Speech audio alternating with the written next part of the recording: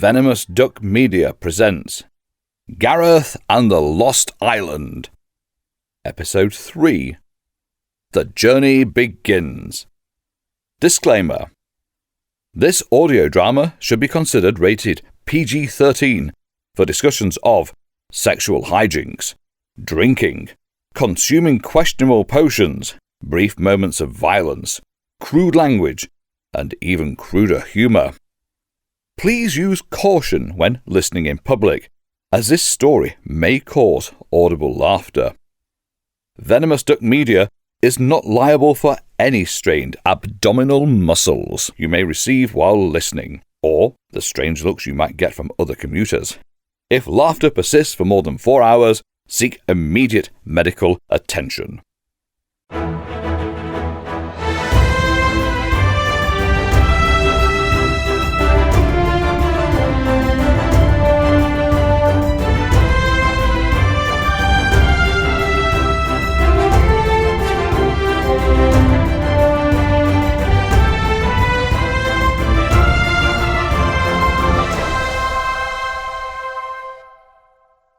Thanks for coming with me to clean out my office.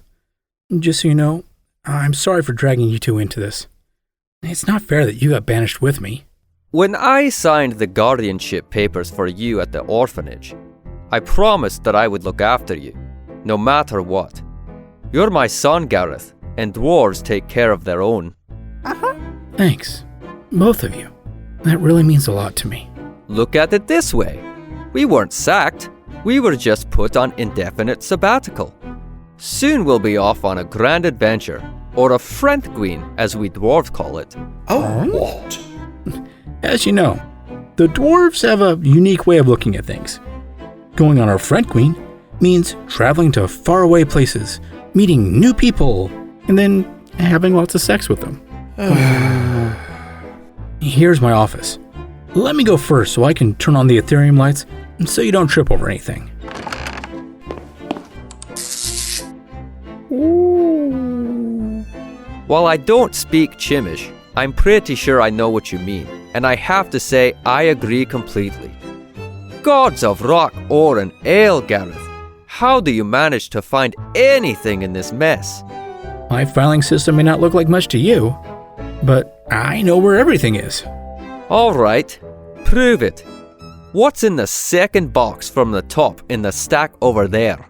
That box contains a collection of Isian works that were halfway between a book and a newspaper. Unlike the newspapers we have today, which are published daily, those were only published once a month. All right, let's find out.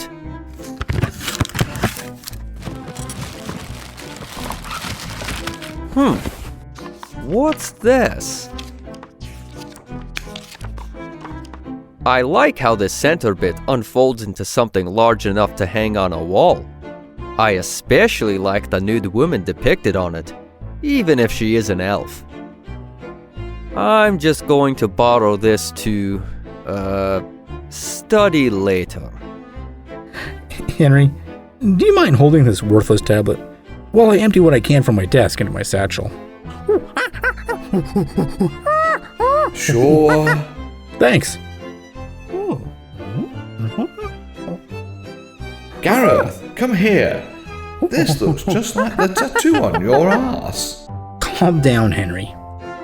I do have 2 questions for you. The first one is, what are you talking about, saying the tablet has a rune that looks just like the one I have tattooed on my butt? The tablet's just covered in nonsense scribbles. The second question is, how did you know I have a tattoo on my butt in the first place? I've never showed it to you. Lad, pretty much the whole campus knows you have a tattoo on your butt of a rune in that weird language you spoke and read when you washed up on the shores of the IRD. What? How? Why? What do you remember from the party we threw when you got your language mastership? I remember there were quite a few of my students, lots of drinking, and, well, that's about it, actually. Once you were well into your cups, you somehow got it into your head that it would be a great idea to streak nude across the campus. Henry and I chased you from building to building while you quoted obscure poetry in several different languages. Look across the tablet rather than directly at it. Look across the tablet rather than directly at it? That doesn't make any sense. Oh, you're right. A different image does show up when I tilt it away from my eyes. I wonder if there's something like that on the back side of the tablet. Huh. Okay. That is absolutely the last thing I would have expected to be written on an ancient clay tablet. What does it say? What the hell's Gareth? Sorry. The runes on the backside were instructions that said break to open. Looks like there was a metal tablet hidden inside the clay one. At least this one is covered in runes I can see without tilting it in funny directions. Don't keep us in suspense, Gareth. What does it say? It doesn't actually say anything. Or at least not in a way I understand. The runes are just groups of numbers with the occasional letter thrown in. What's really irritating is that I can vaguely remember seeing something similar to this. But I haven't the foggiest idea as to where. Well, while you're trying to jog your memory, I'm going to go look through that box again. I'm definitely interested in seeing what was in that Isian periodical with the teal-skinned man on the front. That would be a male cron. Their skin would turn blue when they would go into their bi-weekly fertility cycle. Wait, that's it! That's where I've seen it! The sequence is a fertility cycle? Not a fertility cycle, but it was cronish. Henry, I need you to climb up to the top of that bookcase over there in the corner and grab whatever maps you can find. Trollness, I need you to help me get to the bottom box of this stack. Easy. Trollness? Oh, come on. It's not like you're the one who will have to clean the mess up. Good point. We're looking for a book bound in light brown leather with a cronish star and circle on the front. This one? Yeah, that's the one. Now to clear my desk, Trollness style. Here are the only maps I could find. Thanks, Henry. Okay, we need this map and that one. They're both maps of Hadronis, just 13,000 years apart. Unroll the first one while I look up how the Cronish wrote down map coordinates. They're definitely map coordinates. Now that we know what the first set of runes means, I think I have an idea what the second sequence means as well. Are those even in the same language? The characters look totally different. That's because the second set is written in Isian. There's a chart near the back of this book that helps translate between Isian and Cronish map data. They match up perfectly. Okay, now we're getting somewhere.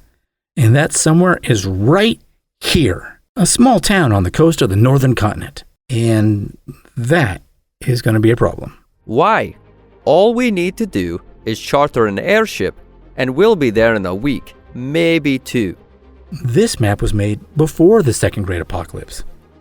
During that apocalypse, one of the ancient races released weapons that caused tremendous earthquakes across the face of Hadronis. This map is only a few years old, and this is what the coastline looks like now. That town is nearly 50 miles out into the ocean. A great big bloody ocean. Why did the town have to be in the middle of tons and tons of liquid death? Are you okay, Trollness? One of the things dwarves are most scared of is drowning when a cave suddenly fills up with water. Large bodies of water scare us silly. Trollness, you live on an island in the middle of the narrow sea. Yes, and you have not once seen me at the beach the whole time we've known each other. Alright, well, since Jims can't swim, I guess I'll just have to make the dive myself. No, you better make it 2 suits. I'll not let my son go into a watery hell full of darkness and death alone. While we're on the subject, any ideas where to find a pair of diving suits? It's not like we can ask the dean to loan us some from the School of Nautical Sciences. We just won't ask him then. It's much easier that way. What did he say? He said we just won't ask before we take them. It's easier that way.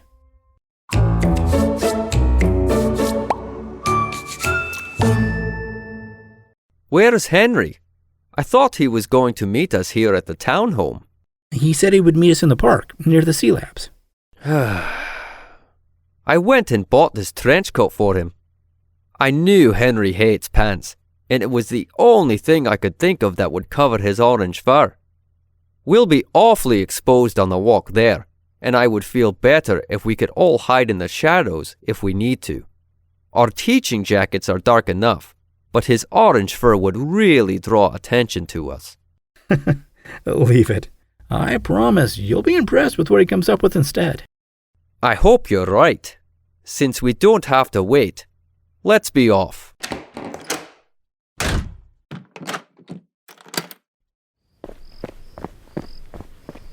With the weather as nice as it is, that was a really pleasant walk. Feels like it took no time at all. We're at the park when and where you said we were to meet Henry, and no sign of my butler. You would think that with the watch I got him for his last birthday, the blasted chim could show up on time. Just let it out, Gareth. You're liable to rupture something if you don't. Look over there in that tree. Yes, it's a tree. I don't see what's so funny about it. Get closer. You'll see it eventually. Fine. Gareth, part of that tree is moving, and there's no wind tonight. Even closer, Trollness. What is that? That would be a chim's ass shaking rhythmically at you. I thought that as a doctor, you'd be able to identify one when you saw it. Ah! Wait, Henry? You almost made me shite my drawers.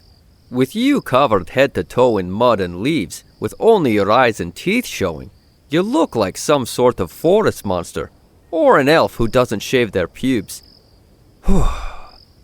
Now that I'm not afraid of my heart jumping out of my throat, I'll have to say you were right, Gareth. I am impressed. For as long as they can remember, Henry's family had been the hunters of their clan, and they were responsible for feeding a whole village. Over the centuries, his family learned that ambushing their prey was much easier than chasing after it. Even after they immigrated to the IRD, Henry's parents taught him how to camouflage himself in case he needed to do something without being seen. Now that we're all here, what next? We somehow have to get past that wall over there, make it across the grounds of the School of Nautical Sciences without being seen, and break into the equipment shack. This part of the wall is sunk down a bit, so it's only about 6 feet tall. So it's our best bet for climbing over. Trollness, I'll bend down and make a stirrup with my hands. Once you put your foot there, I'll stand up quickly and try to get you as close to the top of the wall as I can. Right.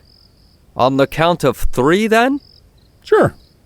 1, 2, 3. Oof. If evolution had wanted dwarves to do this, it would have given us wings, or at least longer legs. There. That's one over, and now for the second one. Whoa! Ouch. Son of a... You have got to be kidding me. Sounds like Trollness made it over without too much damage. All right, now it's my turn. Henry, trade places with me.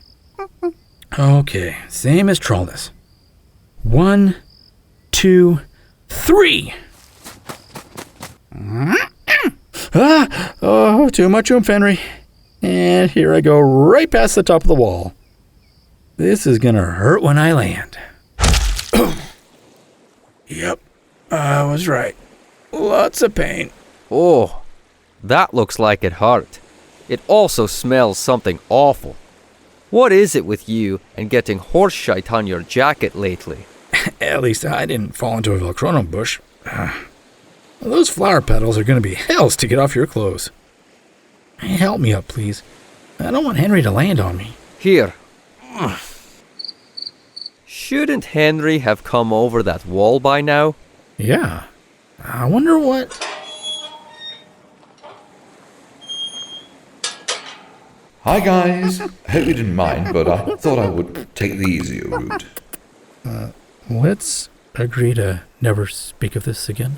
My lips are sealed. Come on. Let's hurry over to the main building so we aren't so exposed on the lawn.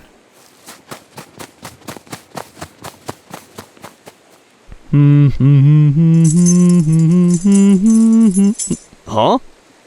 What are you three doing skulking around here late at night? On second thought, don't tell me. As far as I'm concerned, I saw nothing. Well, did you find out what was making all that noise? Yeah, just a human and a dwarf dressed all in filthy teaching jackets, with a chim covered head to toe in mud. I'd think they're up to no good if the dwarf wasn't covered in flowers, with the human covered in what smells like horse shit. They must have some kind of nature fetish. Oh, well, do you want to hang around and watch? Nah. The last time I watched a dwarf-led menage a trois, I was distracted for a week trying to figure out how they managed to get into some of the positions they did. Although, thinking back to that week does give me some ideas. Let's give these blokes some privacy, and head back to the guard shack for some quality time for ourselves. I thought you would never ask. What just happened? I'll let you know once I figured it out myself. Did that guard really leave? I think so. Let me go peek my head around the corner of the building. Yeah, I saw two of them, and they were both headed back into the guard shack. That was way too close. Henry, my original plan was just to break the lock on the equipment shack. But I have a better idea now. What do you think about using those trees for cover over there and go get the keys for us? I'm pretty sure those gents will be fairly distracted for a while. Sure.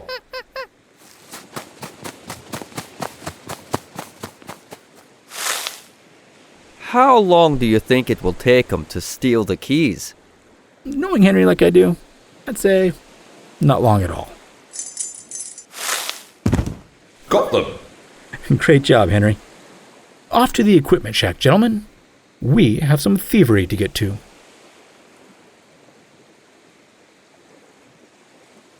Unless you want to see a grown dwarf shite himself in fear over being so close to the sea, I would suggest you put a wiggle in it, Gareth. Last key on the ring. It has to be this one. Oof. Hey! Thanks be to blessed, thick stone walls. Henry, would you mind closing the door while Charles and I try to find what we need for a deep water dive? For the record, I haven't the foggiest idea of what you're looking for. The deep water suits you're looking for are made out of oiled leather, rubber, and brass. There should also be matching helmets made out of brass and glass, with a fitting for an air hose on top, stored relatively close to the suits. While you look for those, I'll see if I can find a pair of RBT. What are RBT? These things, runic breathing tubes, RBT. They're silver tubes engraved with runes that transfigure water into air when you breathe in, and then back again when you exhale. They're good for diving down to around 40 meters or so. Any deeper than that, and we'll need one of the suits with an air hose attached. Wouldn't it make more sense to just attach one of those tubes directly to the helmet instead of having to rely on an air hose to keep you alive? One less point of failure is one less opportunity for the ocean to snuff you out like a candle. I asked my dive instructor the same thing. He said that they sometimes have to dive off the coasts of countries run by some of the more conservative religions. Finding any mechanical item paired with something magical is an instant death sentence in those bastions of stupidity. Those countries even go so far as to make sure that the two different types of diving equipment are transported in separate crates. I was told some places are so strict that if the wizarding religious police see the same person using both types of equipment, the offender is flogged in public. That's one of the things that has frustrated me my entire life. I hate how the religious zealots get away with blocking people from using common sense. So, are we going to worry about religious inspections, or are we packing all the stuff in one crate? One crate, of course. Hey, Henry, grab that box of adapter rings over there so we can hook the rune tubes to the suits. That way, we won't have to steal an air pump as well. While you two load the suits and helmets we're borrowing into one of those wheelbarrows over there, I need to see if I can remember where the dive master keeps the experimental stuff. If she still has what I'm looking for, it will make things even safer for us on a deepwater dive.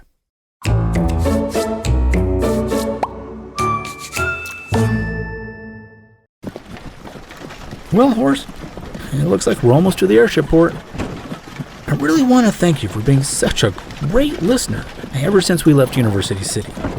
Since both Henry and Trollness fell asleep almost as soon as we passed through the city gates. Although, I can't say that I blame either one. Trollness can't stay awake in a moving carriage for longer than 20 minutes, and Henry looked like he hadn't slept a wink last night. I'd feel really guilty keeping Henry awake, since I'm pretty sure he stayed up all night looking after me. Yeah, I agree completely. Well, actually, I have no idea what you said, but it seems rude not to respond when spoken to. Now back to Henry. I could hardly fail to notice that my teaching jacket was spotless this morning, despite our little adventure last night. I can't decide if I would rather it have been because Henry stayed up all night cleaning it, or that he set out to steal another jacket from that scumbag politics instructor. You're right, I'm being silly. It should be the stealing from the politician thing. No, sorry to cut this short, but it looks like we're here. Whoa. Excuse me, sir. Can you tell me where I can park this wagon, and then where I can go to hire an airship? Stupid ground pounders. You park your wagon over there, where all the other wagons are parked, in the obvious parking lot marked with the large sign that reads Wagon Parking. Hiring an airship will need to be done in that big building with all the people coming and going out of it. Thank you. Of course, to do that, you'll need to stop your wagon and climb off it. Then you'll have to walk over to the building. Thanks. Once you reach the door to the building, you'll have to open it before you can go inside. Trying to walk through a closed door will only leave you with a sore nose. Yeah, I get it. After you get the door open, you'll have to walk inside by placing one foot in front of the other. Whoa. Wake up, you two. We're here. What bloody luck! My dream was just getting good. I was out on a date with a rather handsome Rojas, whose red skin really set off his cheek and forehead ridges. What made it even better was that instead of their normal head quills, his head was covered in Too much information again there, Trollness. Fine. Help me down then instead. No, Henry. I need you to stay here and keep an eye on our luggage and equipment. There is no doubt in my mind that if we leave the wagon unattended, the whole thing would mysteriously vanish before we could walk 20 paces. No problem. Me and Mr. Smashy will play a rousing game of slap-a-bitch if anyone comes near the wagon. That's a good lad. Lead on, Gareth. Do you think Henry will be all right guarding the wagon? Considering Chims look more than a little bit mentally unhinged when snarling.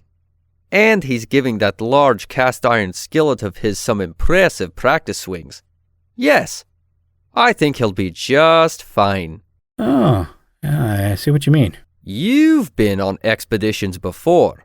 How do we go about hiring an airship? I have no idea. Professor Rand always took care of the details. Personally, I think she just used the opportunity as another excuse to get out of teaching in a classroom. The only thing I remember her saying was that she wished there was a better way of doing things than dealing with the shipping guild. Well, at least it can't be nearly as bad as dealing with the Dean and Nutless. Then again, I could be wrong. Imaginary friends in the sky. It sounds like a herd of cattle in here. What? I can't hear you. Wow, is it just me? Or do you feel like we're in the middle of a herd of cattle? What? I can't hear what you're saying. What? Oh, never mind. I think I see the shipping guild booth on the far wall.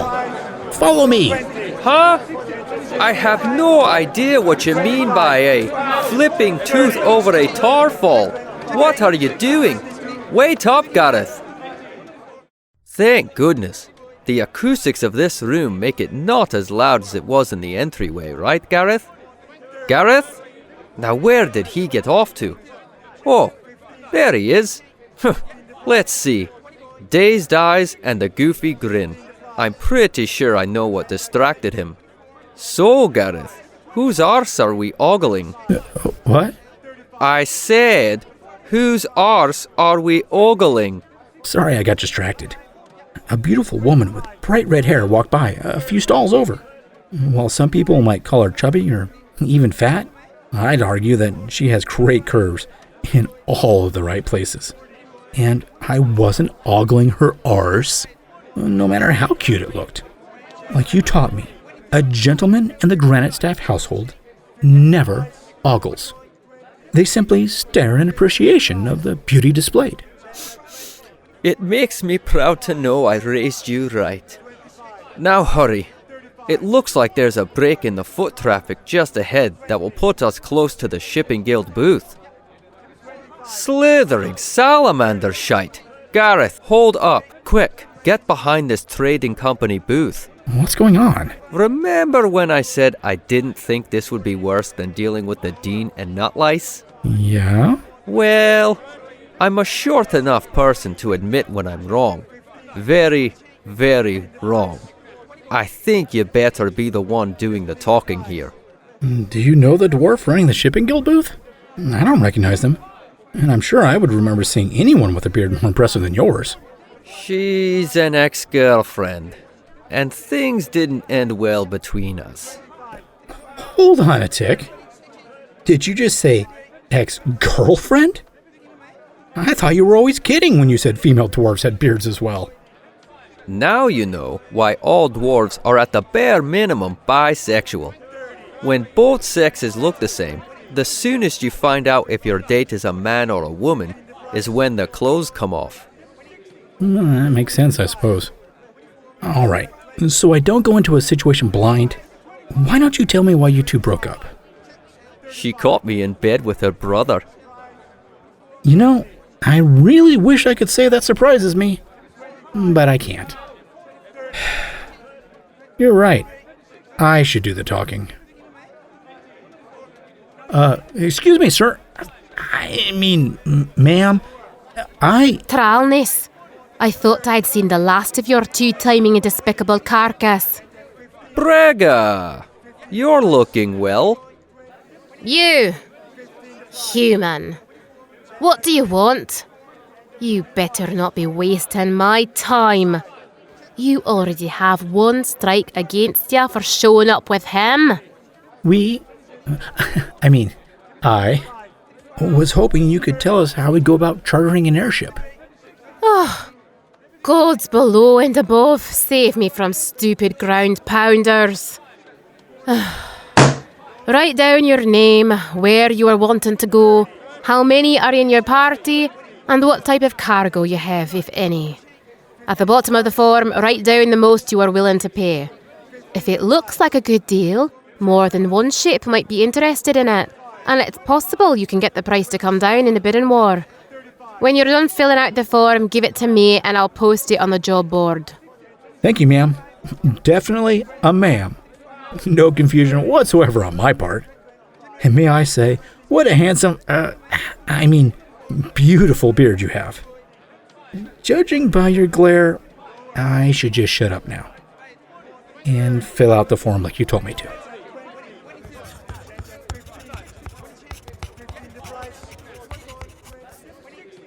Here you go. Give me that. Now, let's see. Oh, this is just perfect. Good luck finding a captain willing to piss off Deke Newtlace, one of the biggest merchants in the IRD. You and that worthless brother buggerer better be good swimmers if you want to get off this island any time in the next several decades. Magnate Newtlace made it clear that any captain doing business with you would never do business with him or any of his partners ever again.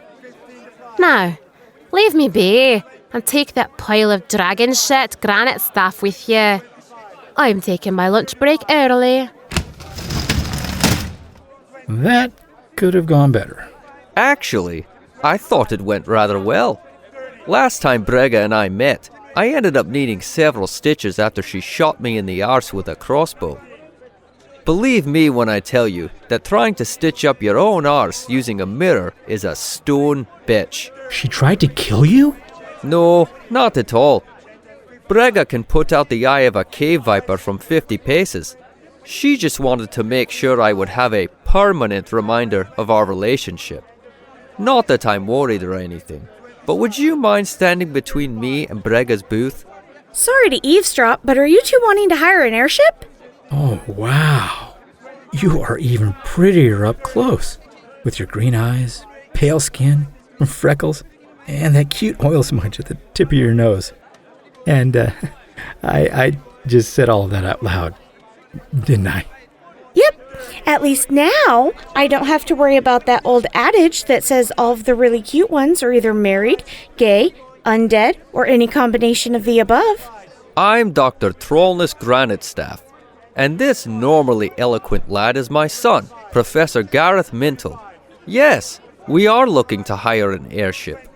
I'm Isadora Morgana, the engineer and part owner of the Glorious Dawn. My friends call me Izzy. Even though I'm about to die of embarrassment, I'd like to say that it's a pleasure to meet you, Issy. I'd be honored if you would call me Gareth. Once you get to know the good doctor here, I'm sure he would appreciate you calling him Trollness instead of the other less pleasant names I'm sure you'll come up with.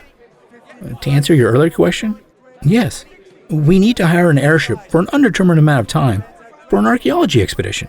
Aside from us, we have a third member of our party and a small wagon load of supplies and equipment. Provided that you don't mind if we load up on other cargo, and Trollness would be willing to offer his services, free of charge, to the crew, I think we can make a deal.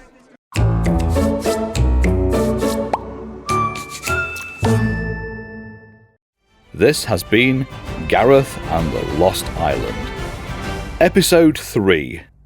Starring Peter McGiffin as the narrator and Henry's translator, Alan Petty as Trollness Granitstaff, Patrick Mallard as Gareth Mintle, Derek Fine as University Guard 1, Alex Vansel as University Guard 2, Jeff Vesterol as Airship Port Guard, Justine Leah Hintz as Brega, and Deborah Mallard as Izzy Morgana.